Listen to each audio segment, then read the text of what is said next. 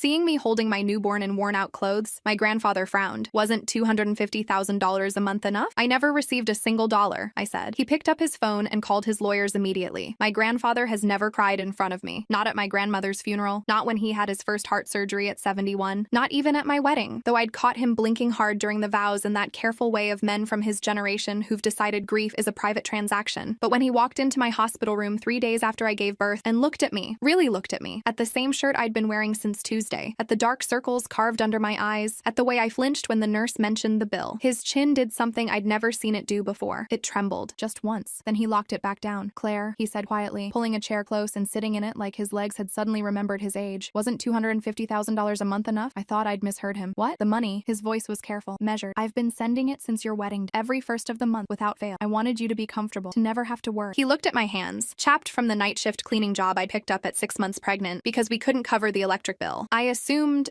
you were choosing to live simply. My daughter was asleep on my chest. 8 pounds, 4 ounces, 2 days old, and already the most real thing in the world to me. "Grandpa," my voice came out wrong, too small. "I have never seen a single dollar." The color left his face. He didn't speak for a long moment. Then he pulled out his phone, pressed one contact, and when the line connected, said 4 words. "Get me Patricia. Now." That was when the door opened. "My name is Claire Ashworth. I'm 29 years old, and until 72 hours ago, I would have told you I had a pretty good grip on the shape of my own life. I grew up with my grandfather, Edward Ashworth, my mother's father, after my parents died in a car accident when I was 9. He raised me in his house in Savannah, a graceful old thing with wraparound porches and too many rooms and a kitchen that always smelled like the housekeeper's biscuits. Grandpa was old money Georgia, the kind who wore the same watch for 40 years and never mentioned what it was worth. He ran a private equity firm out of an office downtown and had the kind of reputation that made people straighten up when they said his name. He never made me feel like a burden, not once, in 20 years. He also, it turned out, had been quietly sending $250,000 every month to an account I'd never seen the inside of. I met Mark Calloway at a fundraiser 3 years ago. He was finance, charming, the kind of handsome that looks better in person than in photos. He laughed at the right moments and remembered small things I'd mentioned weeks earlier, which I now understand is a skill, not a quality. We dated for 8 months. He proposed at the restaurant where we'd had our first dinner. Grandpa liked him. That mattered to me, maybe too much. Grandpa was a precise judge of character, except it turned out when the character was specifically performing for him. The warning signs were there. I just had a very thorough system for explaining them away. The joint account Mark suggested we open, and then steered all my income into, seemed efficient at the time. The way he handled all our finances because he was better with numbers seemed like a reasonable division of labor. The way our grocery budget kept shrinking while his wardrobe kept expanding. The way I found myself doing math on a restaurant menu, and he never seemed to. The way he started describing my grandfather's money as something we'd have access to eventually. I told myself each of these things was nothing. A quirk, a temporary imbalance, the ordinary friction of merging 2 lives. Then I got pregnant, and things got tight fast, and Mark got busy, and the small imbalances started to stack. I picked up a second job at 6 months pregnant, 2 overnight shifts a week cleaning office buildings because our checking account was hovering and I couldn't stand the feeling of floating. I didn't tell Grandpa. I was ashamed. I thought it was our problem to solve. Mark knew about the cleaning job. He called it industrious. He brought me a smoothie once while I was getting ready for a shift, kissed my forehead, said he was proud of me. $8 million was sitting in an account with his name on it. I didn't know that yet. The first thing I noticed was the Amazon packages. This was around month 4 of my pregnancy. Mark's mother, Vivian, had been spending more time at the house. She lived 40 minutes away and had the kind of schedule that seemed to contain nothing that couldn't be rearranged to accommodate dropping by. She and Mark had always been close in the way that made me feel like I'd wandered into someone else's movie. She had opinions about everything in our house, including how I organized the kitchen, which she expressed as helpful observations delivered in a tone that made it clear disagreement was a form of ingratitude. The packages were arriving daily, addressed to Mark mostly, though some had Vivian's name. Clothes, mostly. High-end. Brands I recognized but couldn't afford to shop at. I mentioned it once, gently, I thought, and Mark said he'd been doing well with a portfolio and had treated himself a little. He said it with the kind of easy confidence that closed the conversation. I went back to my shift that Friday and mopped 12 floors and told myself I believed him. The second thing I noticed was the vacation. Mark and Vivian went to Napa for a long weekend in my 7th month. I didn't go because I was exhausted and swollen and genuinely preferred the couch. Mark sent photos, a rental car, a vineyard, a restaurant with candles and white tablecloths, and the kind of wine list that doesn't include prices. I liked the photos. I told him it looked beautiful. I had declined the hospital's premium birthing suite the week before because we couldn't cover the upgrade fee. I looked at the vineyard photo and thought, he must have a portfolio I don't know about. He must be doing better than I realize. I should ask him about it. I never asked. The third thing, the thing that cracked the floor under me, happened the day I came home from the hospital. We'd been there 3 days. Me, Mark, and our daughter Nora, who had arrived pink and furious and immediately necessary. The hospital parking was $28 a day. I know because I'd checked. I know because I was doing that kind of math constantly, that grinding low-grade financial anxiety that had become so familiar, I'd stopped noticing it the way you stop noticing a sound that's always there. Grandpa had come to meet Nora on day 2. He'd held her for 20 minutes without speaking, which was the most tender thing I'd ever seen him do. Then he'd looked at me, at my shirt, at my eyes, and asked his question, and my entire life rearranged itself. The door opened and Mark walked in first, followed by Vivian. They were laughing about something. Vivian had 4 shopping bags looped over one arm. Nordstrom, Neiman Marcus, a small boutique I didn't recognize with tissue paper visible at the top. Mark had 2 more. They were mid-sentence about something, still smiling, already carrying the casual ease of people who had excellent days all the time. They saw Grandpa's face, and the laughing stopped, not gradually, instantly. "Edward," Vivian said. Her voice went careful, controlled. "What a nice surprise." Grandpa didn't look at her. He was looking at Mark. Mark, just his name. Quiet, the way a door closes before a storm. Mark set the bags down. His smile was performing a death it hadn't been informed of yet. "Hey, Edward, I didn't know you were stopping by. Where has my granddaughter's money gone?" The room had the specific silence of held breath. Nora had been fussing softly for the last few minutes. She stopped too, as if even she understood that something enormous was happening. Mark blinked. "What money?" "Don't." Grandpa's voice dropped to something I'd never heard from him before. Not anger. Anger is loud. This was colder. "Every payment went into a joint account designated for Claire's household expenses. An account your name appeared on as co-manager. An account she never had independent access to." I looked at Mark. He wouldn't look at me. "Things were complicated," he said. "Financially. The market." 3 years, I heard myself say. My voice sounded distant, like it was coming from another room. 3 years of wire transfers, $250,000 a month. I did the math out loud because I needed to hear it. That's $8 million. The number sat in the room like a physical object. "You told me we were tight," I said. "I picked up a cleaning job at 6 months pregnant, Mark. I cried over a grocery bill. I apologized to my grandfather for not being able to visit more because I couldn't afford the gas." My hands were shaking. I didn't try to stop them. "And you were sitting on $8 million.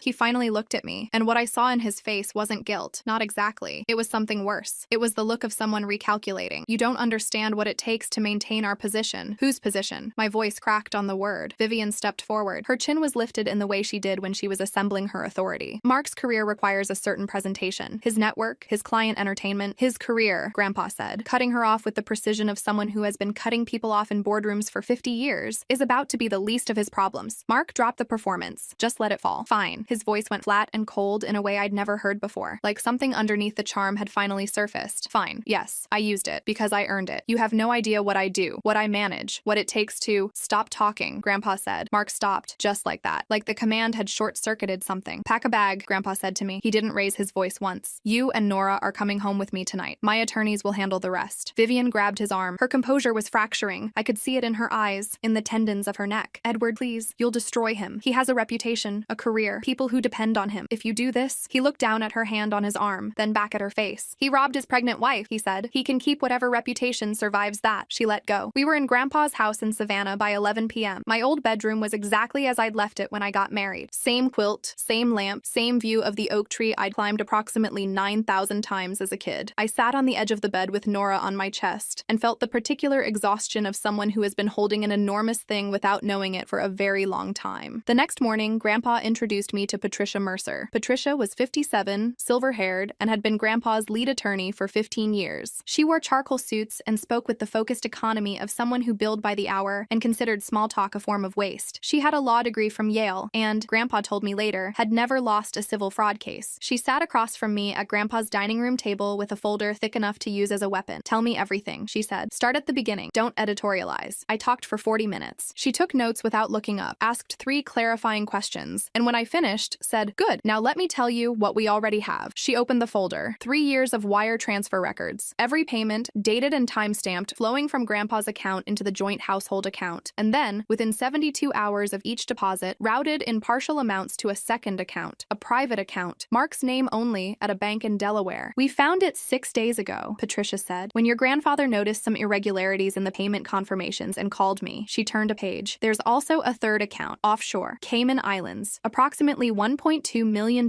moved there over 18 months. The number landed like a second punch after the first had already knocked you down." She kept going. Credit card statements showing Vivian Calloway as an authorized user on one of Mark's private cards. $12,000 in a single month. Luxury hotels, restaurants, a jeweler in Atlanta. A receipt for a weekend trip to the Bahamas. Mark and Vivian. While I was in my second trimester telling my OB I needed to delay a test because of the copay. Then she reached the last item. "This one," she said, "is the piece that makes everything else unnecessary." She slid a printed transcript across the table. A conversation conversation with timestamps pulled from the cloud backup of Vivian's Amazon Echo. The smart speaker in her kitchen had logged it automatically. Mark's voice, then Vivian's, then Mark's again. She'll never find out. Old Edward trusts me completely. And if he does find out, Claire will take my side. She always does. I read it twice. My vision went strange at the edges. Are you all right? Patricia asked. Keep going, I said. She told me the plan. Fraud, financial abuse under Georgia domestic statute, civil theft. They would file in the morning. And at the same moment the papers were served, 9 a.m. sharp, her office would send a press release to 3 financial news wires. I looked up from the folder. Why the press release? Because Mark closed a 7-figure investor deal last Tuesday. A venture capital group out of Atlanta. $3.4 million